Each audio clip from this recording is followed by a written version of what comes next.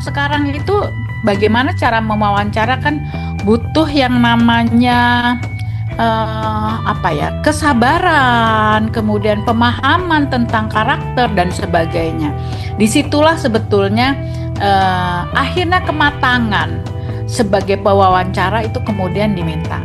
Kita seringkali susah banget cari karyawan, tapi orang juga susah banget dapat kerjaan, gitu. Jadi ini jadinya apa ya sebetulnya?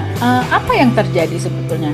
Apakah ini hanya di negeri kita atau juga dimanapun gitu? Tapi saya ngobrol sama beberapa teman saya yang ada di belahan dunia lain, dia bilang iya nggak gampang emang.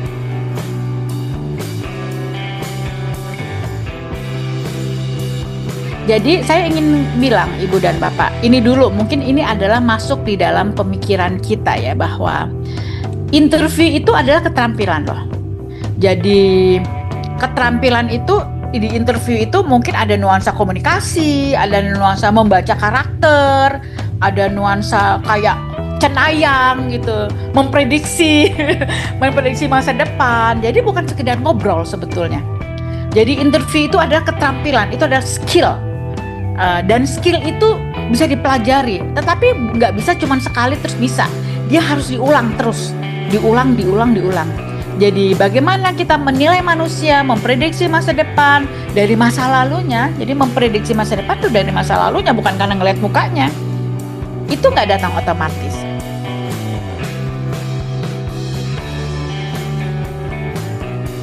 Jadi seringkali ibu bapak masalahnya bukan pada kandidat, itu salah. Tapi cara kita menilai, cara kita melihatnya itu udah salah.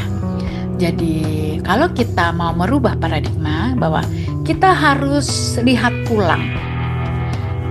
Interview itu bukan cuma percakapan sebetulnya, tapi proses mengumpulkan evidence. Bukan soal nyaman, kesan jadi kan, tapi soal akurat atau enggak hasilnya. Bukan soal saya suka orang ini, tapi ada evidence nggak yang membuktikan bahwa dia bisa. Nah, ini adalah paradigma kita. Sebetulnya kalau kita lihat, kita harus mentransformasi diri kita dari yang tadinya feeling menuju yang evidence. Jadi interview yang baik bukan yang terasa nyaman sebetulnya, tapi yang menghasilkan keputusan yang tepat. Ingat, identifikasi, kemudian dikumpulkan buktinya, lakukan analisa, dan keputusannya menjadi keputusan.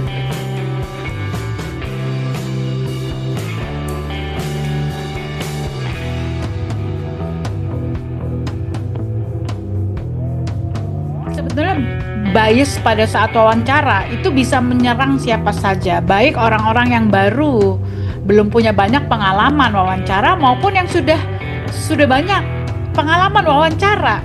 Jadi bias itu bisa menyerang kita pada saat kita memang tidak waspada, dan ternyata yang berbahaya adalah dari bias itu membuat kita salah menilai.